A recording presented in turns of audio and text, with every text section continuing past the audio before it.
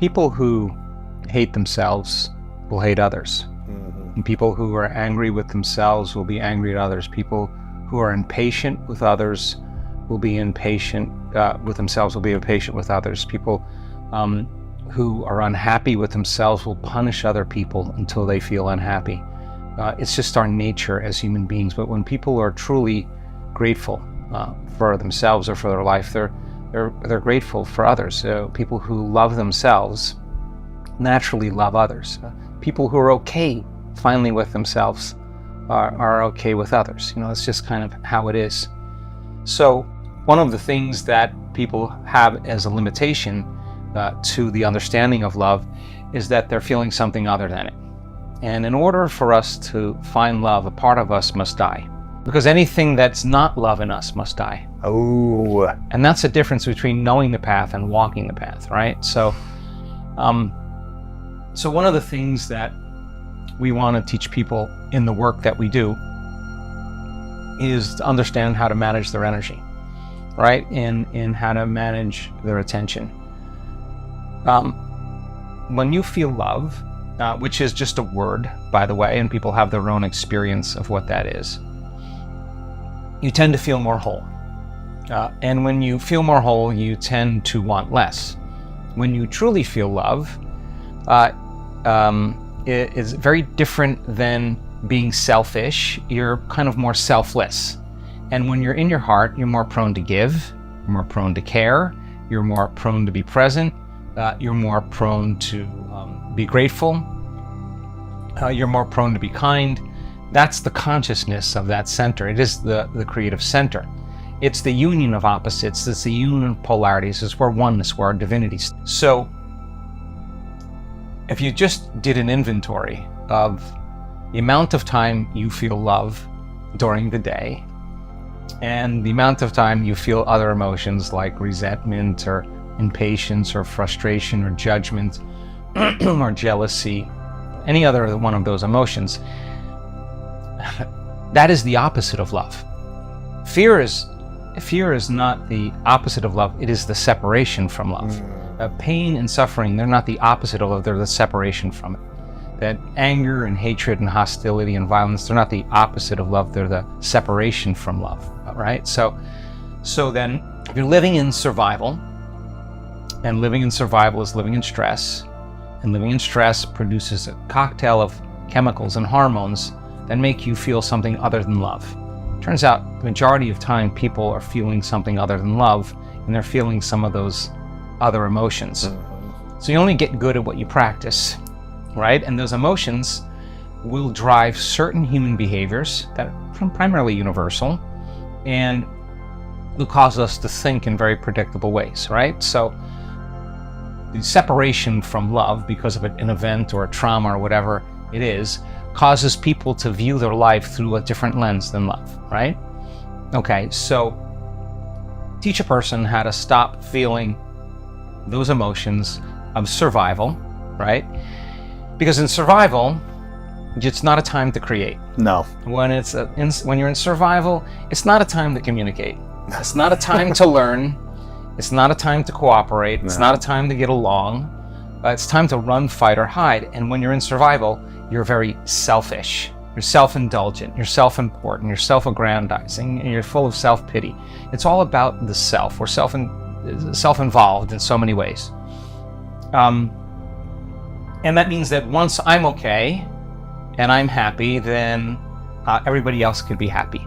And so in survival, and we're feeling those emotions, we're doing everything we can to make that feeling go away, right? So it turns out that if you're in that state where you're in survival and it's not a time to create or not a time to love or not a time to open your heart, not a time to learn, you're compromised in a lot of ways.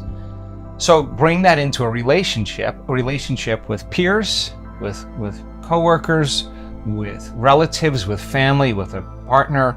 Then the fundamental question is, what would love do in a relationship? I think that's a really important question. Now, we have different relationships with different people, and because we've had experiences with different people, because we've had experiences with them, we have neurological circuitry that is a memory that we can relate to that person. In fact, I see you based on the memory I have of you. I'm filling in my idea of Lewis based on my memory of him. So I'm not really seeing you. I don't see things how they are. I see things how I am, right? So your brain only can see equal to how it's mapped. So based on my experience, I super like you. You're a great guy. We get along. We have a lot of things in common. And so I see you that way. And the feeling that I have from my interactions with you causes me to be attracted to you. Like, you're a cool guy. We hang out. We have great conversations.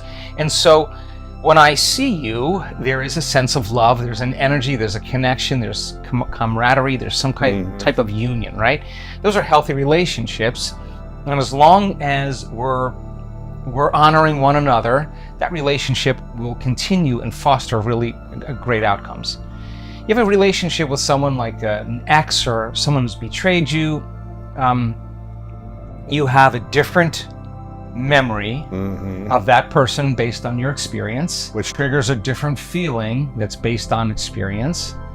And so then it makes sense then that the stronger the emotion you feel towards that person, the more you pay attention to them. And where you place your attention is where you place your energy. So you're giving your power away to change to that person or that circumstance, and it's entirely possible that your reality is staying the same because your energy is the same. That you, in fact, are contributing to that reality staying exactly unchangeable, right? So then you take a person, and they've had a moderately difficult past.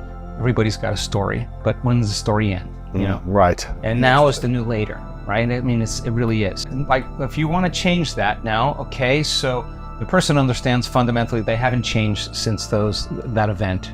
They're feeling the same emotion they felt from 20 years ago, and somehow their personality is in the past, right? Okay, so the person then has to overcome that emotional state. And so they're sitting in the meditation, and as part of their identity, and meditation is getting beyond yourself. And as you're sitting there, all of a sudden you start getting frustrated and angry and resentful towards your ex. You're one of two choices. Just go fully down that rabbit hole for the next hour and see how that feels at the end. Or ask yourself, is this loving to me?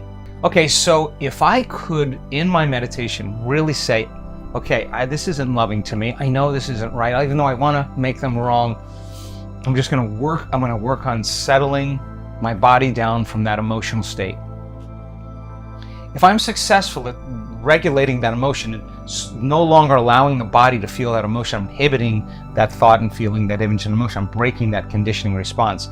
If I'm successful at doing that, if I lower the volume to that emotion, I'm going to take my attention off that person or problem, which means I'm going to be taking my power back, right? Because I'm going to drop my energy. I'm going to build my own field, right? I'm no longer giving them my power to change energetically. I'm no longer giving them my attention, my energy. If I overcome the emotion, I'll take my attention off that person, and I'll begin to build my own electromagnetic field. Now there's energy to create. Now there's energy to heal. Now there's energy for a whole new future. And lo and behold, when you lower the volume to that emotion, you take your attention off that person, that's forgiveness. Because if you don't feel the emotion any longer, then you no longer have your attention on that person, and your life truly changes.